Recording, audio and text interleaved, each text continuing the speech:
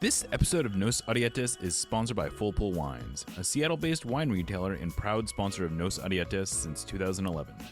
Full Pull was founded in 2009, is based in Seattle, and is owned and operated by longtime Sounders supporters.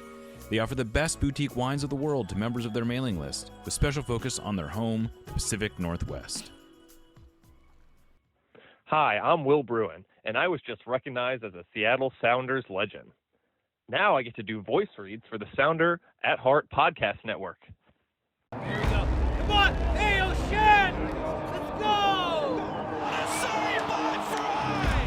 The Seattle Sounders have done it! MLS Cup winners! Here comes Reyes through the middle to crown it for Seattle! And now they truly can start the celebrations. It's the Sounders MLS Cup. Nico Lodeiro leaves absolutely no doubt! The Sounders rule the region! Seattle Sounders is champion! They've scored! They've scored! Finally! This feels fucking awesome. This is a tiny dog. Nice work on your little yacht thing. Porteous says cheated. You know, what was the thought process in terms of who you decided to use and who you didn't? Ever since Sounder Car wrote a commentary that we didn't take World Cup seriously.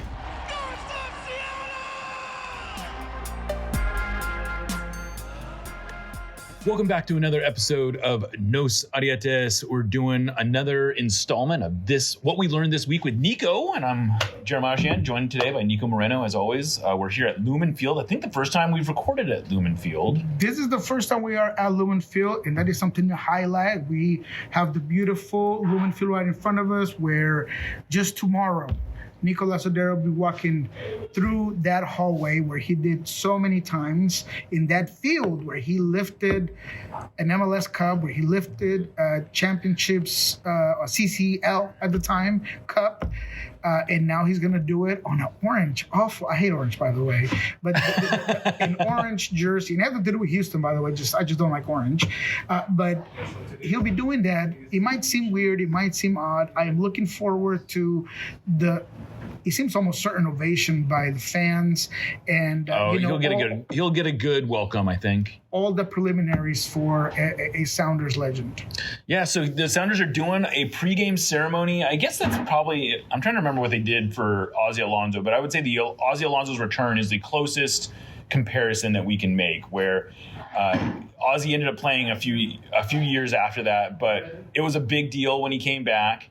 And, Nico is coming back probably for the last time, I suppose. But what have you heard from him? What's his mindset? Have you talked to him? Is he excited about this opportunity? And how is he feeling? Yeah, unfortunately, we haven't talked, and we plan to talk after the game.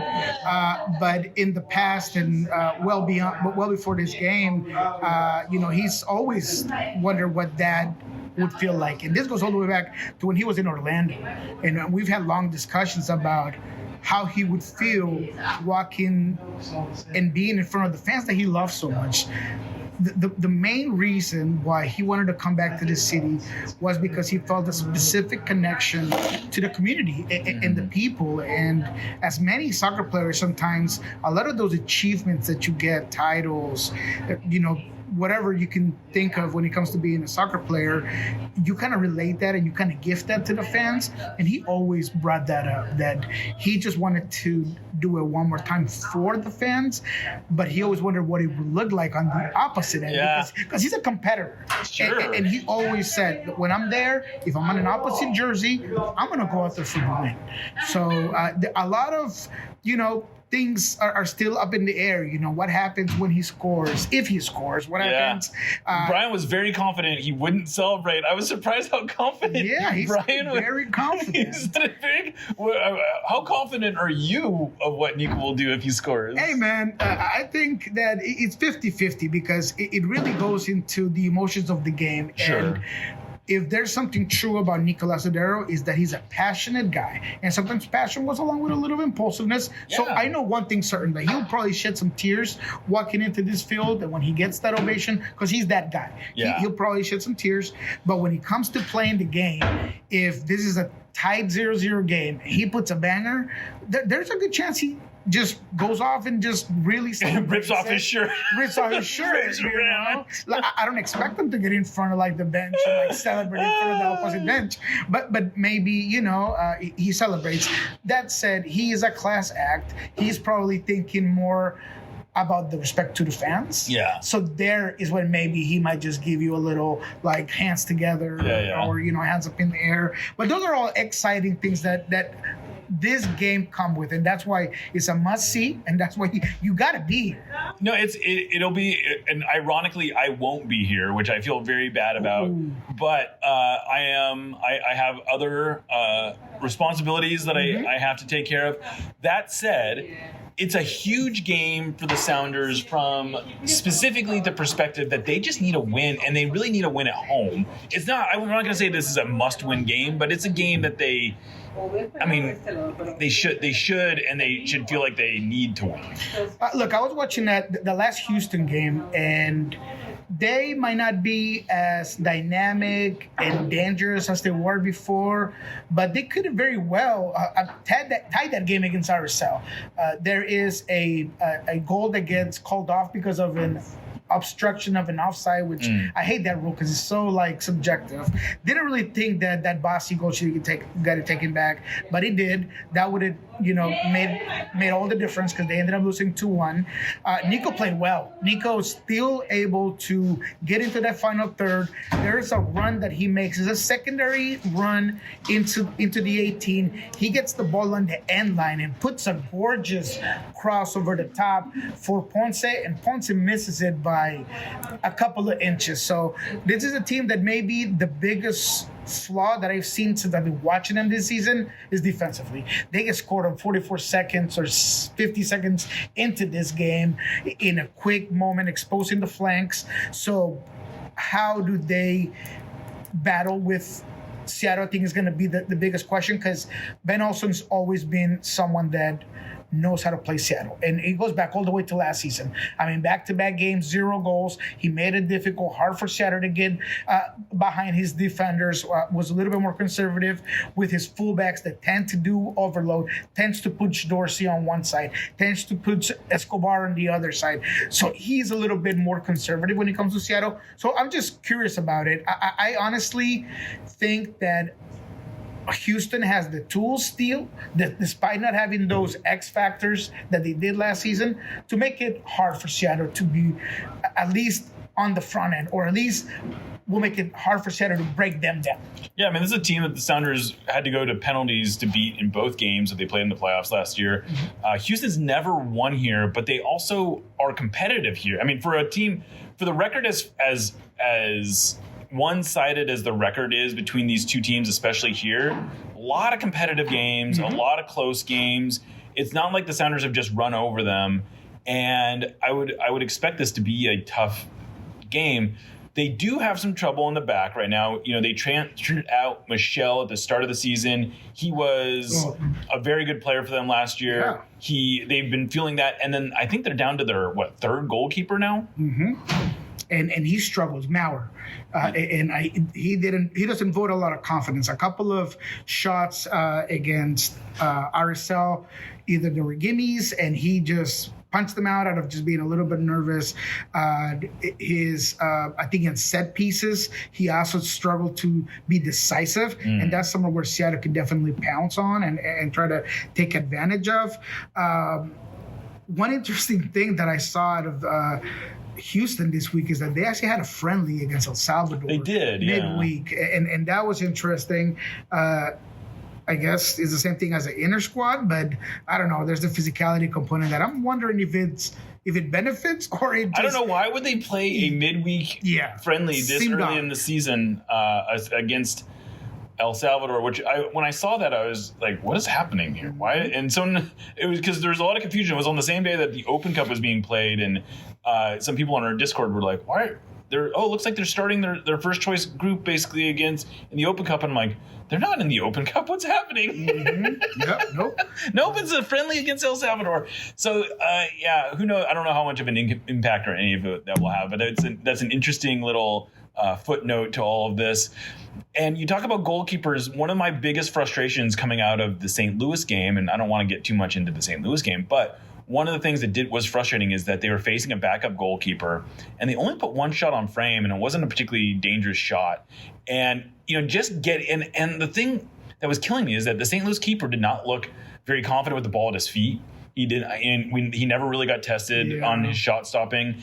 And so they need to test Maurer at the very least. They need to make him make some saves. Let me make a correction. It's actually Tarbell. I apologize. I thought Tarbell got hurt.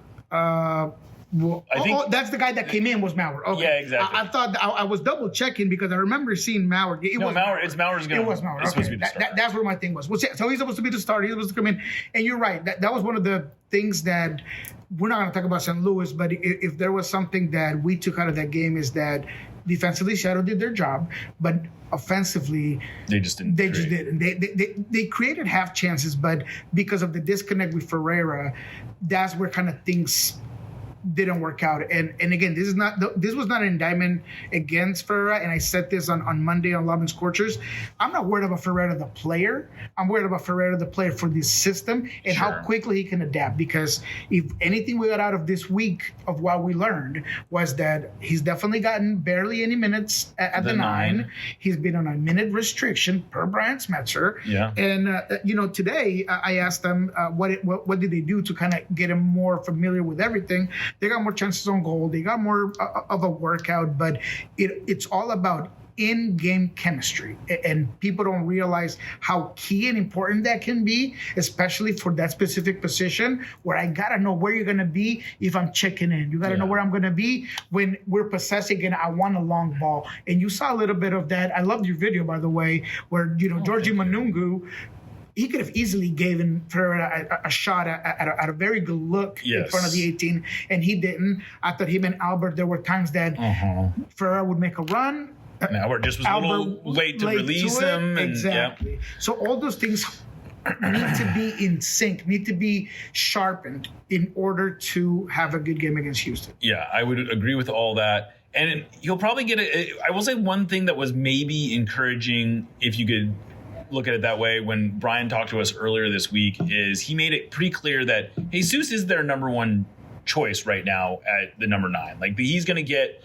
chances to play there, and Musovski will get some minutes, but it's going to most likely be off the bench. So this is still Ferreira's job to sort of lose at this point, at least until Jordan and Pedro are back in the mix, which is, I think the way that we would hope it would be, right? Like, this is part of why you bring him in, is so that you can weather the storm when Morris goes out or is gone or whatever. But we needed to know that. I mean, we just got that this week. I know. If liar taught me anything, is that the truth will set you free, baby. It will set you free.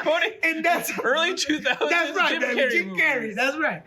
If anything, is that, that's what it is. That's all I wanted to know, is there was always a reason why he wasn't. I know. It was very strange. It was strange that he was being so cagey about why he wasn't playing more. It was, and I think you could draw inferences, and I suspected that was part of why, but it was weird that he wouldn't just come out and say, well, he's on a minute restriction. What do you want me to do? And I guess he did start 3 times last week, which is another reason that it made sense why he came out relatively early in the St. Louis game. And he mentioned that maybe we were a little gun shy about not wanting to push him because, we just had all these injuries, and these make sense. These are totally sensible accommodations to make, but sometimes you just need to say them. Don't make me guess what you're doing. Like, just tell us. Like, there's no advantage to be gained by being cagey about minute restrictions. That said, I will say we're seeing encouraging signs from both Pedro and Jordan in there.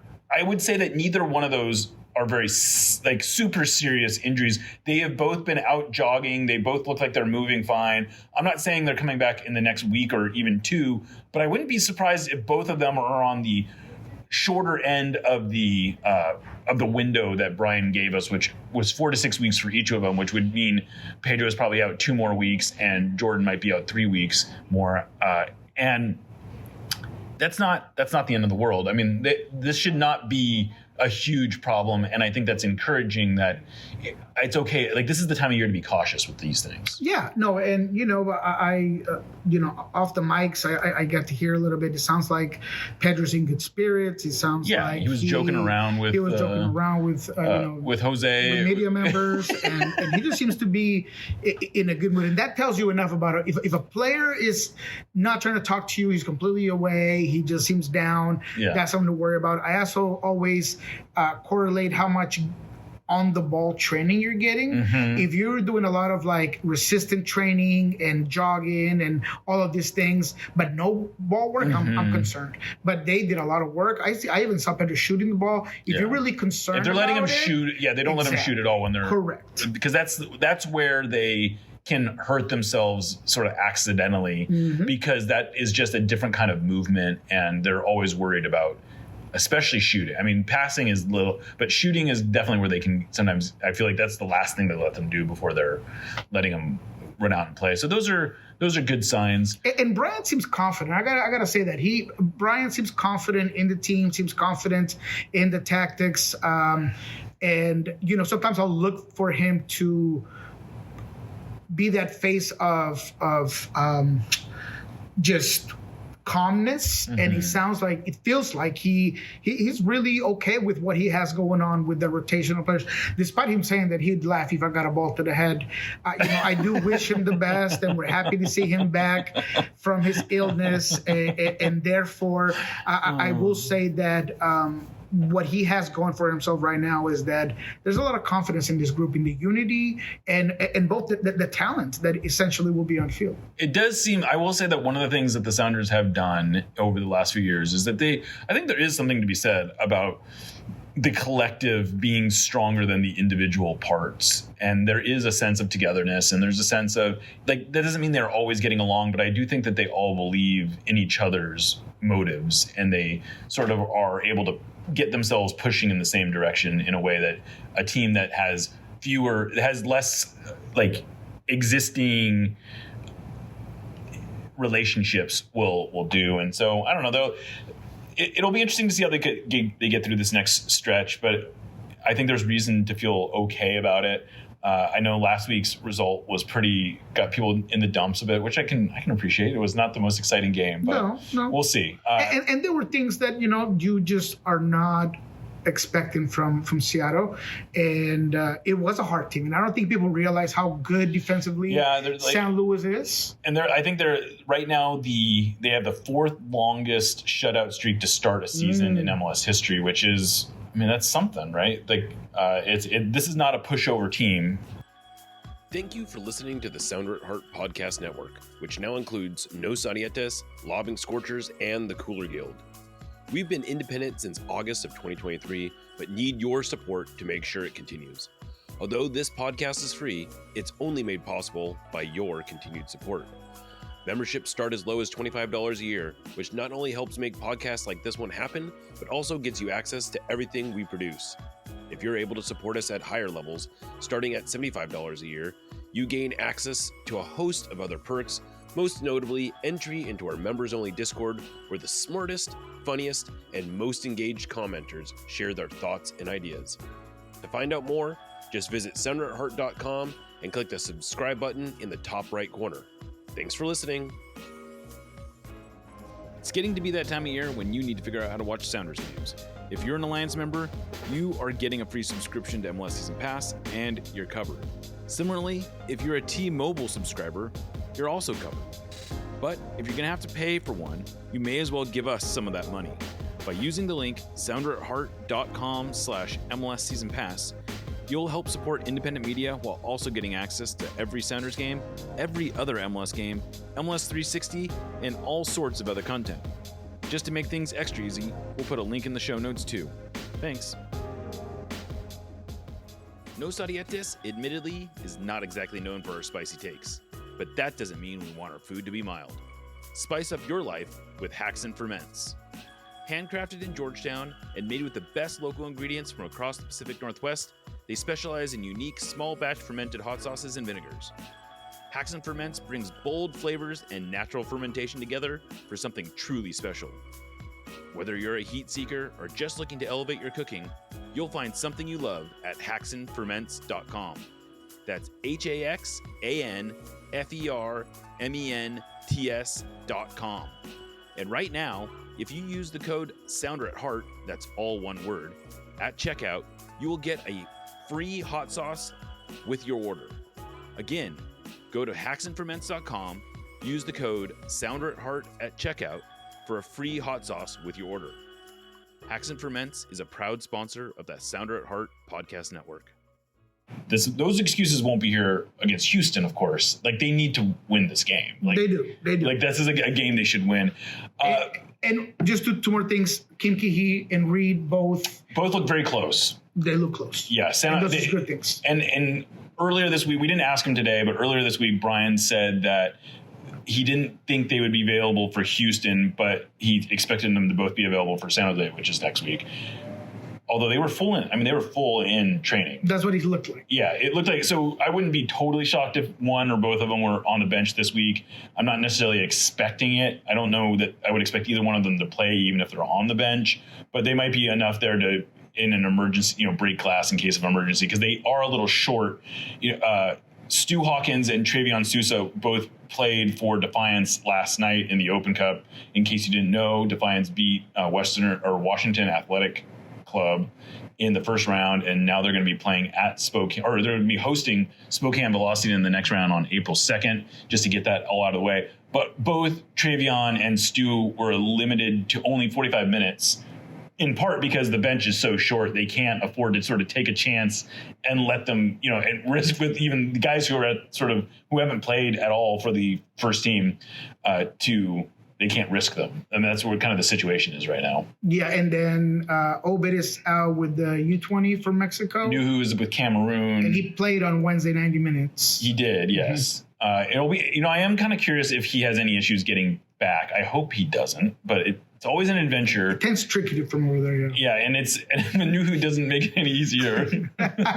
Yeah, sometimes, things, miss a flight or something. So, yeah, hopefully he gets back on time.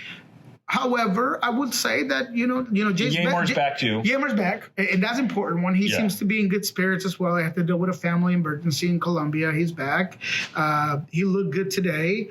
And, Brian mentioned today that he and Jackson Reagan were in his office. And Yamar, talking about, how can we minimize those mistakes and, being more ready and prepared. And I think those all are good things, because if anything is true, regardless of how bumpy the first quarter of the Sounders 2025 campaign has been, you could really, if you're a half full type of person, say, look, if you take a mistake here, an error there, Seattle's probably got 2 more wins under belt, and they just don't have this. I mean, I think you can very easily argue that they, on the merits of their play, should have 3 more points. They should have 2 more points from Charlotte. They should have at least a point from St. Louis.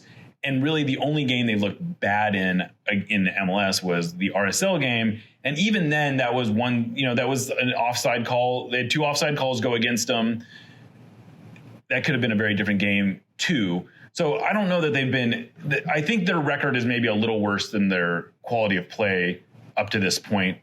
But again, they need to show that against Houston, and they need it right. That's what makes this game so important. Exactly. And it's what you just said. In addition to a 3-game road trip at San Jose, at San Diego, and one that I'm forgetting, but it is going to be a tough stretch at FC Dallas. The Ferreira return. Oh, yeah. Hey, that'll be interesting. That'll definitely be interesting. So that's 3 games that, it's on the road. San Diego's a good team. San Jose looks like a dangerous team. Those are 3 teams who look a lot more dangerous than I think anyone would have expected a month ago. Facts. Dallas is a little bit of a mess, but they have some real offensive firepower. Mm-hmm. San Jose has been pretty good, and San Diego has been really good. So those are not. I mean, I think those are all games where they can reasonably expect to be competitive and maybe even win, but none of those are easy games. No. They're not nearly as easy as they looked, like I said, a month ago. But looking a little farther ahead, the transfer window remains open. We have not officially heard that they're going to be putting Paul Arriola on the season-ending injury list. All indications are that is probably what will happen. Are you hearing anything about how they might fill that space? Yes. So I know for certain that the team is out there looking for players that are experienced, that are clearly not going to have any sort of like transfer fees. So I'm looking within MLS and or a free agent, transfer, right? There has been some, rumors out there about Joaquin Torres or something that doesn't seem to have any legs. Maybe they've looked at it, but I don't think that that's feasible. We have been looking at players that might be interesting that I'm not willing to give any clues on just yet because we like to have that outsider heart. I want you guys to be, expecting that. However, I did take it upon myself to just look at things, right? Because if Seattle was able to get a player that maybe has an upcoming ending contract, and you're able to, in some capacity, make an exchange, and I'm going to go ahead and dare to say this, but I don't think that it will happen, is maybe even a cash buyout, a cash transfer for a specific player. I would say they're much more likely to make that type of move in the league. Like, I wouldn't be totally shocked if they spent a transfer fee to get a U22 from within the league. It seems like a very current Sounders move to take more of a sure thing bet from within the league than to shoot for the moon and go with someone that has some, like we were talking about this Nascimento guy who the Galaxy signed, who the Sounders actually had the discovery rights on. And he's a very high ceiling 19-year-old forward out of Brazil. He has not played a single minute yet for Galaxy, even though they signed him like a month ago. Yep. And that's sort of the risk that you take when you're bringing in an international player, is that there's paperwork, there's betting in, there's just the whole process, especially with a young player. So even if they were out to go and sign a foreign U22, which we're getting zero indication that they are targeting that for a short term, in the short term, it's just that player is not going to be contributing, certainly not during the current injury crisis, but maybe not even before the Club World Cup. But could they do that move from within MLS? There's certainly some intriguing players out there who could be interesting targets. It seems like Miami and Columbus both have a roster that is ripe for a move one way or the other. You look at a player like a Julian Gressel, who is on a big number, who is not playing at all for Miami, who has a proven track record in this league. Then in Columbus, you have a player like DeJuan Jones, again, on a relatively big number. I had forgotten that the Crew gave up a pretty fair amount of allocation money to pick him up last year from New England. But he's a naturally left, or he's played mostly on the left as a wingback or a fullback. But he's another player who you could see fitting, either one of those players you could see fitting in relatively easy. No, 100%. And those are both two good examples. I think Julian might be the one that'd be easier to get because Joan Jones is someone that constantly produces for Columbus. Julian on the other side, he has a lot of that Paul Arriola versatility and experience. I don't know if he'll be as good of a fit as Arriola had been.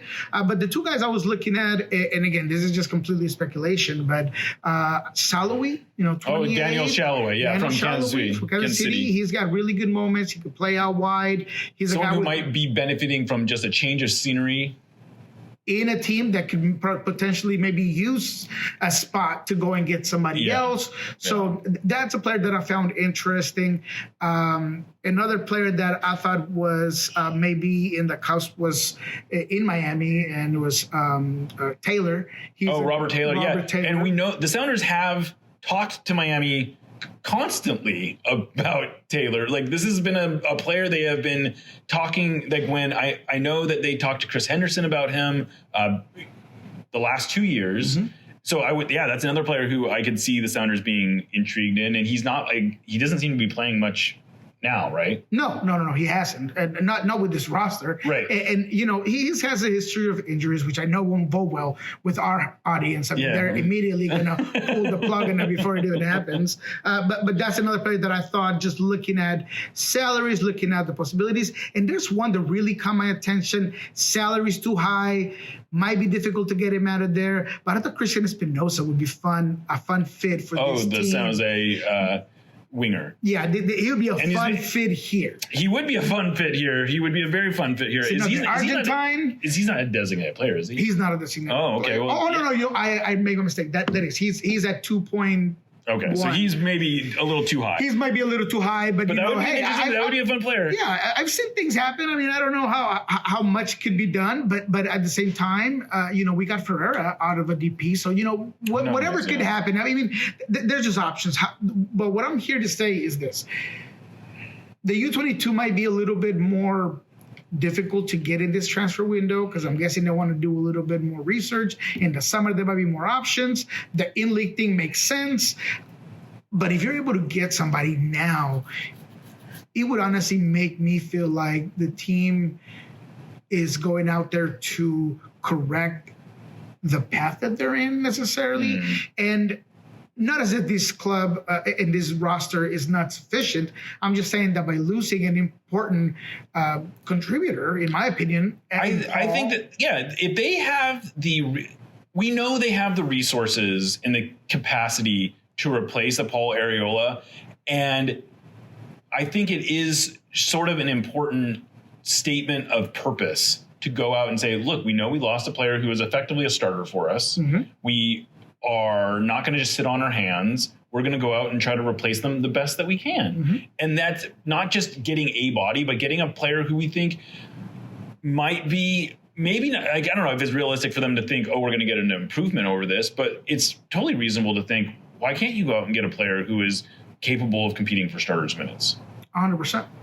That should be their target. Yeah. And, we talk about competition. We talk about depth. I mean, hopefully this whole thing works so that, in my opinion, you continue to, I don't want to call it force, but he's going to get a lot of minutes.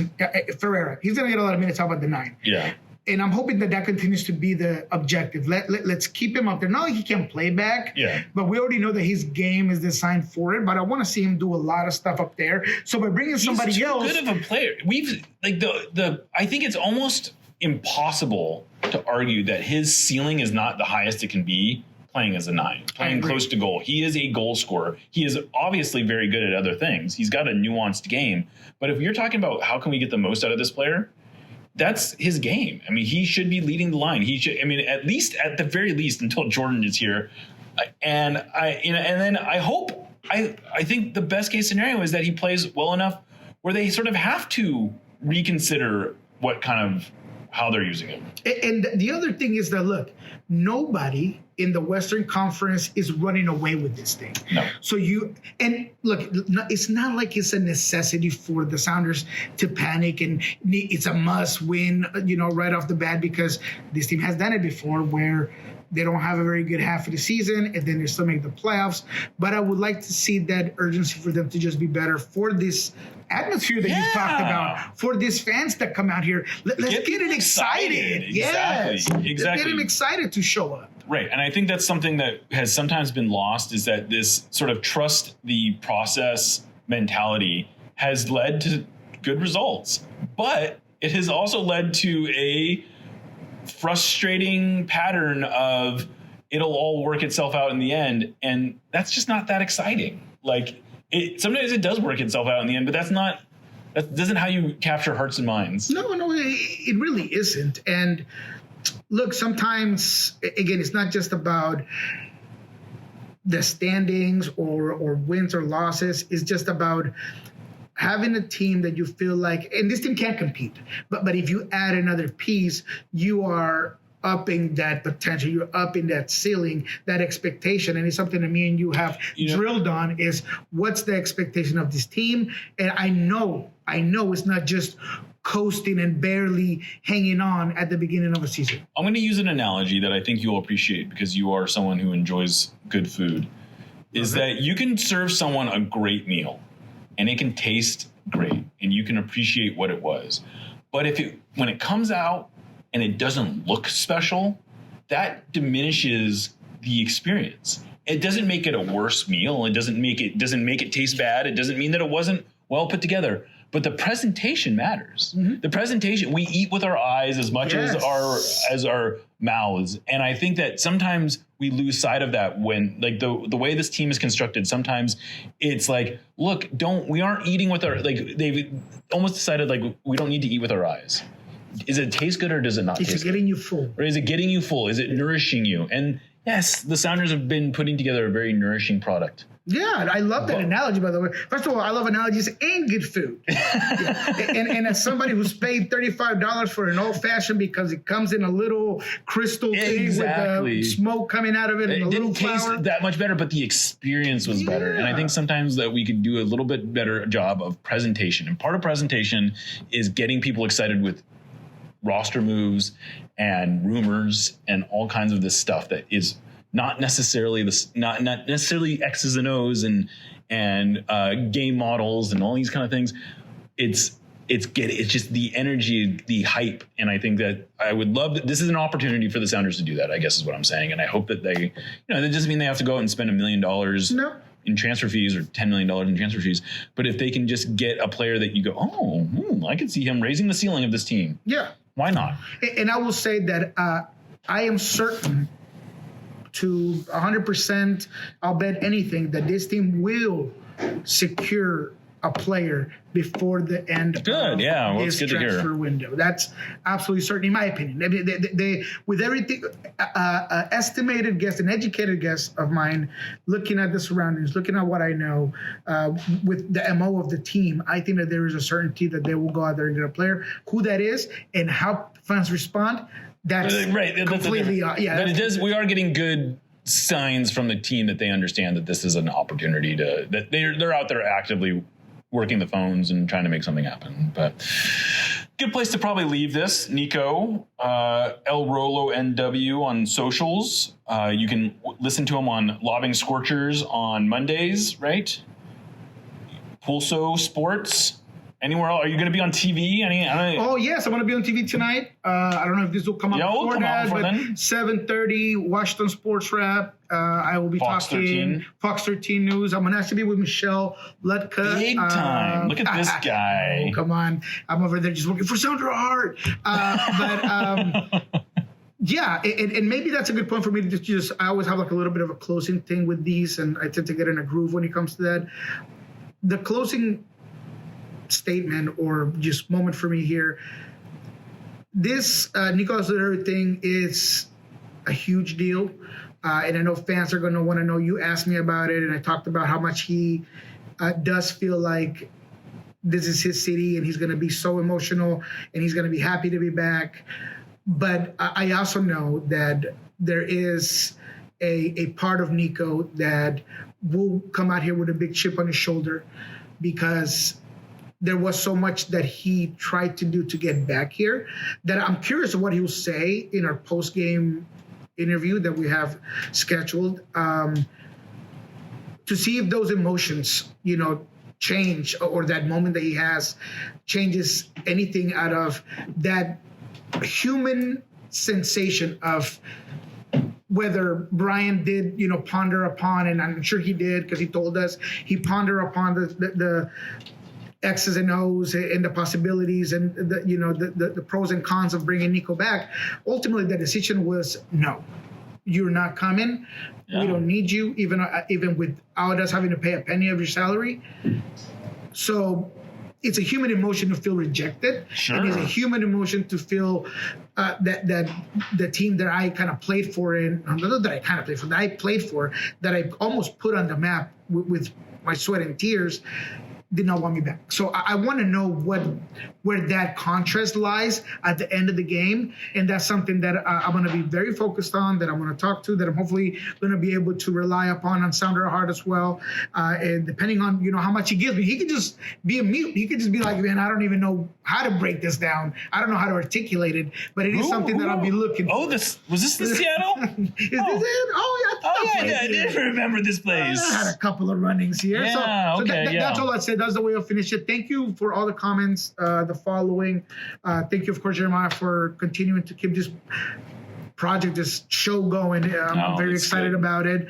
So thanks, man. Well, thank you, Nico. With that, we'll get out of here. I am Jeremiah Oshan, signing off for Nico. This is Nos Arietes, part of the Sounder Heart Podcast Network, and we will catch you next time.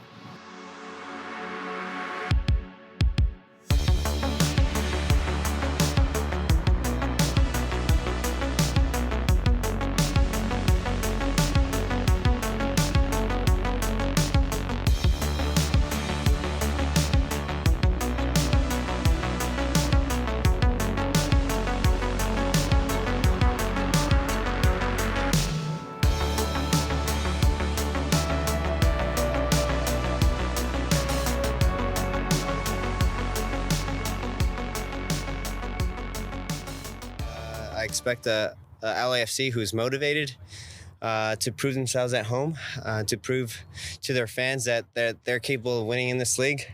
And it's up to us to really brew in the party.